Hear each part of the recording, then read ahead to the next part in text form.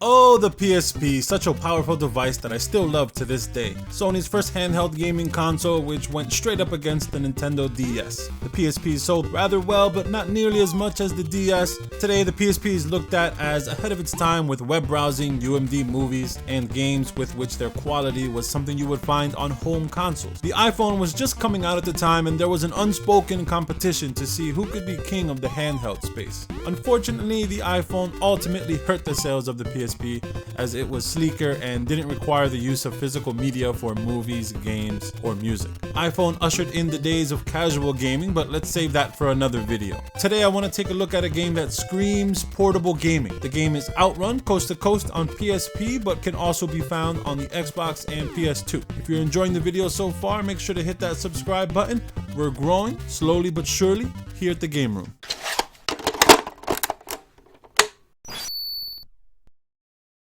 OutRun 2006 Coast to Coast is an arcade racing game published by Sega in 2006. The game includes a conversion of the arcade-only OutRun 2 SP, but most importantly, the game includes a coast-to-coast mode, which is where I have most of my fun. At face value, OutRun seems like a typical arcade racing game where you try and make it to the next checkpoint before time runs out. But it's a lot more than that. There's a reason this is my go-to traveling with a PSP game. OutRun boasts a large selection of Ferraris to choose from.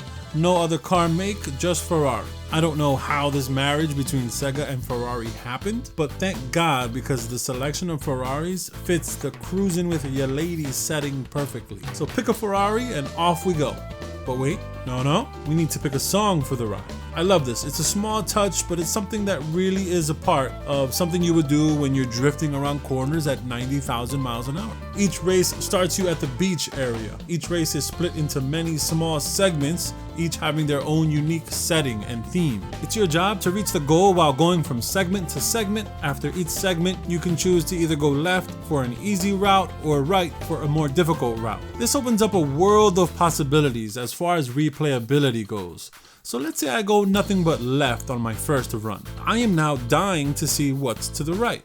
Or maybe left, right, mix it up, go left, right, left, left. That's a genius arcade game design to me. The driving itself is a whole nother can of worms. You're not just gonna hunky-dory your way around roads. The main driving aspect of OutRun is how well you can control the car's drift. You'll have to drift around and through traffic as to not crash, since crashing once can result in a timeout. But it's not that serious, guys. Stick with me. The drifting is super easy to control, and in the PSP version, as long as you're drifting, you can remain pretty much invulnerable to crashing. The most sassy maneuvers to pull off are going to be the S-turns or the 2 consecutive drifts. Fail those and you'll see your Ferrari flip over.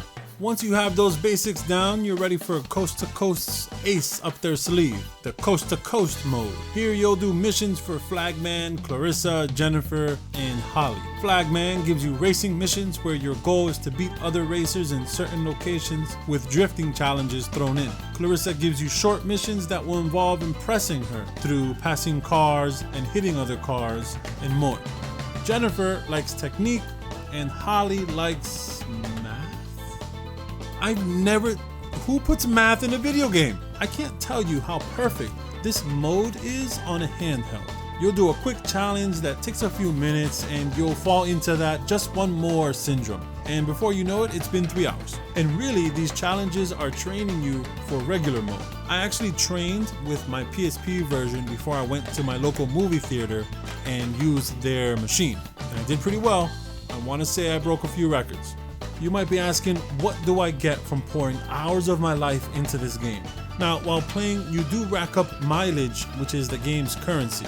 Use miles to purchase more cars, colors for the cars, tracks, and special music remixed from older games. And some new tracks too. And this is all in your pocket on a PSP. There's always something to flip the game on and work towards, whether it be the missions, unlockables, or just training in specific areas you might have had trouble with previously. So strap in and pick your favorite Ferrari. It doesn't matter which one, they're all great.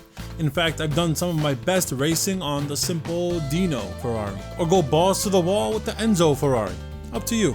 I don't think it matters. Pick up Coast to Coast on any system, the PS2, the original Xbox, or the PSP. Any version will do the job.